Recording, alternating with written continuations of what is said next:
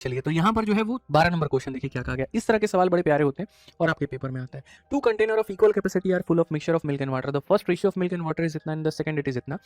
Now both the mixture are mixed in a bigger container. तो ratio of मेरे भाई milk to water. देखो ऐसे सवालों में पहली बात तो पूछा क्या क्या जाता है और दिया क्या क्या होता है, ये बातें समझने की आवश्यकता है। तो पहली बात है दो कंटेनर है और क्या है तो इक्वल कैपेसिटी है। हिंदी में भी अगर आप पढ़ते हैं तो कहा गया मेरे भाई समान धारिता के, देखो समान धारिता के दो कंटेनर, ठीक है। पहले वाले में मिल्क और वाटर का रेशियो इतना है, दूसरे वाले में मिल्क और वाटर का रेशियो इतना है। दोनों को मिक्स करके हम एक बड़ा कंटेनर बनाते हैं तो क्या होगा, यदि हम दोनों को मिक्स करके बड़ा कंटेनर बनाते हैं तो क्या होगा। तो यहाँ पर मेरे भाई इसके अंदर में मिल्क हो गया और यहाँ पर वाटर हो गया, जिसके अंदर में रेशियो कितने का है तो 3 और 7 का। दूसरा वाला मेरे भाई यहाँ पर क्या होगा तो मिल्क और वाटर होगा और जिसके अंदर में रेशियो क्या होगा तो 7 और 9 होगा। और हमने कहा जी दोनों को मेरे भाई इक्वली मिक्स करके हम एक नया बनाएंगे, उसमें क्या रहेगा। जैसे कहने का मतलब अगर मैं इसके 10 बोतल लेता हूं तो इसके भी 10 बोतल लूंगा, इसके 2 बोतल लेता हूं तो इसके भी 2 बोतल लूंगा।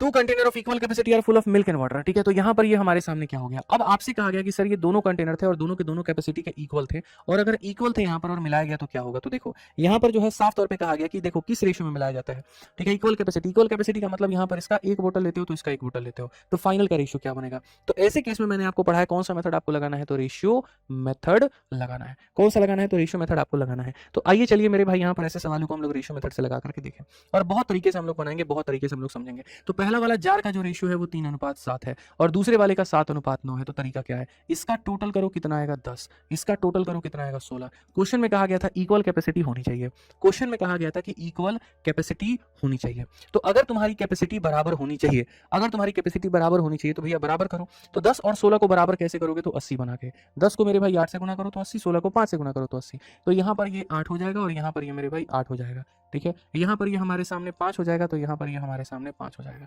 अगर हम देखेंगे तो 24 है और मेरे भाई यहाँ पर 35 है, तो 24 और 35 का वैल्यू हमारे सामने कितना होगा तो 59 होगा। यहाँ पर अगर हम देखें तो 56 हो गया और यहाँ पर ये 45 हो गया, तो यहाँ पर ये 101 हो जाएगा। तो फाइनली अगर हम बात करते हैं मिलाने के बाद में तो 59:101 यानी कौन सा ऑप्शन है, ऑप्शन नंबर ए जो है वो आंसर है।